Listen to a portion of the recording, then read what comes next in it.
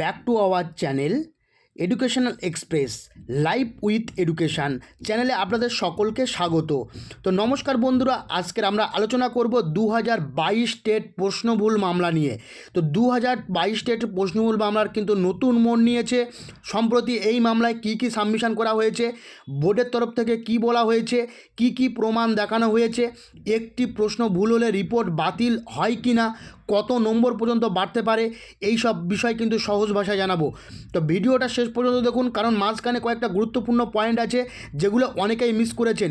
চলুন শুরু করা যাক প্রশ্ন দিয়ে কি সাবমিশন করা হলো, এবং ভিডিওটির পাশে থাকবেন। যদি ভিডিওটি ভালো লেগে থাকে অবশ্যই লাইক দিয়ে যাবেন। আর যারা 22 টেটের প্রশ্নমূল মামলার সঙ্গে যুক্ত আছেন বা প্রশ্নমূল মামলা নিয়ে ব্যতিব্যস্ত আছেন, তারা কিন্তু অবশ্যই কিন্তু আমার কমেন্ট বক্সে কমেন্ট করবেন। তো চলুন শুরু করা যাক আজকের মূল ভিডিও। 2022 টেট প্রশ্ন বলবো আমরা নয়া মোড় কী সাবমিশন করলেন, এবং বোর্ডের তরফ থেকে কি জানানো হয়েছে, এবং পিটিশনারদের তরফ থেকে কি জানানো হয়েছে, সম্পূর্ণ ব্যাখ্যা কিন্তু আজকের ভিডিওতে দেখতে পাবেন। তো কি সাবমিশন করলেন, প্রথমত প্রশ্ন ভুলের প্রমাণ আপনারা ইতিমধ্যে জেনে গেছেন যে 21শে নভেম্বর কিন্তু এক্সপার্ট রিপোর্ট দিয়েছিল। সেই এক্সপার্ট রিপোর্টের পরিপ্রেক্ষিতে কিন্তু পিটিশনারদের এগেনস্টে কিন্তু রিপোর্ট আসে। সেখানে কিন্তু এই রিপোর্টের পরিপ্রেক্ষিতে তারা কিন্তু কেস করে, এবং সেই রিপোর্টকে চ্যালেঞ্জ করে কিন্তু দীর্ঘদিন কিন্তু শুনানি হয় না, এবং এই বিভিন্ন রকম টালবাহানায় কিন্তু শুনানিগুলো কেটে যাচ্ছিল। তো এখানে কিন্তু প্রশ্ন ভুলের প্রমাণ কিন্তু ছিল, কিন্তু তার সত্ত্বেও কিন্তু তারা কিন্তু ভুল প্রমাণ করেনি, এবং এক্সপার্টের মতামত কিন্তু তারা সঠিকভাবে ব্যক্ত করেনি। প্রার্থীদের উত্তরপত্রের কপি, আরটিআইয়ের মাধ্যমে প্রাপ্ত তথ্য, পূর্ববর্তী বছরের প্রশ্ন উত্তর, অন্য দৃষ্টান্ত বা কেস রেফারেন্স দিয়ে কিন্তু তারা কিন্তু কেসটাকে বিভিন্ন পরিশ্রমের মাধ্যমে কিন্তু কেসটাকে সাজিয়েছিল, কিন্তু সেটার মধ্যে কিন্তু পয়সার জল ঢেলে দেয়। তারা বিভিন্ন বাহানায় কিন্তু তারা একটা ভুয়ো রিপোর্ট বা বায়াস রিপোর্ট কিন্তু তৈরি করে, এবং সেই রিপোর্টের তরফ থেকে কিন্তু সেই রিপোর্টকে কেন্দ্র করে কিন্তু যারা পিটিশনার ছিল তারা কিন্তু সেই এক্সপায়ার রিপোর্টটাকে চ্যালেঞ্জ করে তাদের মন্তব্য ছিল যে এই রিপোর্টটা বায়াসড এবং ভুয়ো।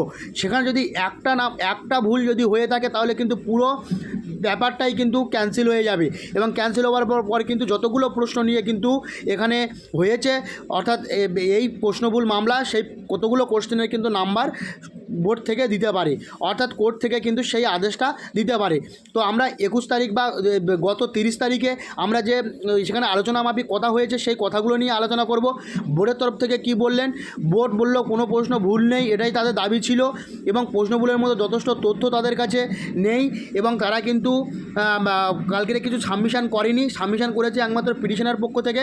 তারা শুধু শুনে গেছে। গত 21শে জুলাই কিন্তু একটা গুরুত্বপূর্ণ শুনানি আছে, সেই শুনানির মধ্য দিয়ে কিন্তু আপনারা জানতে পারবেন যে কি হতে পারে, এবং পরীক্ষা সুষ্ঠু ও স্বস্থভাবে হয়েছে, সঠিক রিপোর্ট সঠিক, কোনো পরিবর্তনের প্রয়োজন নেই, আদালতে হস্তক্ষেপ না করার অনুরোধ, এটা কিন্তু গতবারে করেছিল।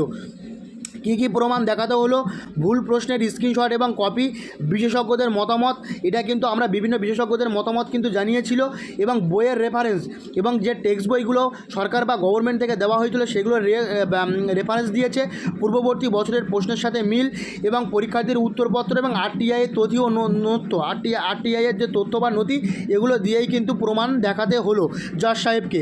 এবং একটা প্রশ্ন ভুল হলে রিপোর্ট ক্যান্সেল, একটা প্রশ্ন ভুল হলে রিপোর্ট ক্যান্সেল হয় না, কিন্তু সেটা এখন আদালতের বিচার্য বিষয়, তিনি কি করবেন।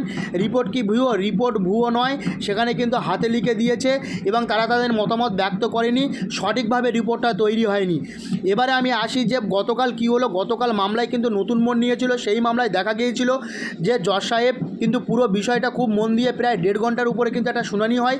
সেখানে কিন্তু জজ সাহেব খুব মন দিয়ে কিন্তু এই বিষয়গুলো শুনেছিল, এবং শোনার পরে তারা কিন্তু বলেছে, এবং পর্ষদের তরফ থেকে তারা কিন্তু 21 তারিখে তারা কিন্তু সাবমিশন দেবে, এবং পর্ষদের যে উকিল ছিল তিনি কিন্তু অনেক কিছু শুনেছেন, এবং আমাদের তরফ থেকে, অর্থাৎ যারা পিটিশনারের তরফ থেকে ছিল তারা কিন্তু পিটিশনারের তরফ থেকে তারা কিন্তু বিভিন্ন রকম সওয়াল করেন, এবং সওয়াল করার পরে সেখানে কিন্তু অনেক প্রমাণ তথ্য দিয়ে কিন্তু তারা এটা করেন, এবং পিটিশনারের তরফ থেকে আলী হাসান আলমগীরের তরফ থেকে বোঝা গেল সেখানে কিন্তু নাম্বার কিন্তু বাড়তে চলেছে, কিছু হলেও নাম্বার বাড়তে চলেছে, এবং সেটা ভুল প্রশ্নের সংখ্যার উপর নির্ভর করে কিন্তু নাম্বারটা বাড়তে পারে। সম্ভাব্য নাম্বার বৃদ্ধির সম্ভাবনা কিন্তু আছে, 5 থেকে 15 নম্বর পর্যন্ত কিন্তু বাড়তে পারে। এটা কিন্তু আমার কথা নয়, এটা কিন্তু এক্সপার্ট রিপোর্টের ভুয়ো তথ্যের উপরে কিন্তু নির্ভর করছে। এখানে কিন্তু নতুন এক্সপার্টের কোনো রকম গল্প আশা করি হবে না। এখানে কিন্তু যদি সরকার এর মধ্যে যদি ইন্টারফেয়ার করে তাহলে কিন্তু আরও সুবিধা হবে প্রার্থীদের পক্ষে, এটা জানা যাচ্ছে। তো মামলার রায়ের উপর হাজার হাজার প্রার্থীর কিন্তু ভবিষ্যৎ নির্ভর করছে। সঠিক তথ্য প্রমাণ আইনের উপর কিন্তু ভরসা রাখুন, অবশ্যই আপনাদের ন্যায় বিচার আসবে। যারা যারা 22 প্রশ্নভুল মামলার সঙ্গে যুক্ত আছেন বা যুক্ত নেই, 22-এর টেট দিয়েছিলেন, অবশ্যই কিন্তু কমেন্ট করুন। আপনাদের জন্য কিন্তু সুবর্ণ সুযোগ আসতে চলেছে। যারা খুব অল্প বা কম নম্বরের জন্য ফেল করেছিলেন তাদের জন্য কিন্তু একটা সুবর্ণ সুযোগ আসতে চলেছে। তো ভিডিওটি যদি ভালো লেগে থাকে অবশ্যই কিন্তু একটা লাইক দিয়ে যাবেন। আর যদি চ্যানেলে নতুন হয়ে থাকেন চ্যানেলটিকে সাবস্ক্রাইব করে পাশে থাকা বেল আইকনটি প্রেস করে রাখবেন, যাতে এরকম নতুন নতুন ভিডিওর তথ্য আমাদের সামনে প্রথমে চলে আসে। তো 22 টেট প্রশ্নমূল মামলার কিন্তু নয়া মোড় কিন্তু চালু হয়ে গেল।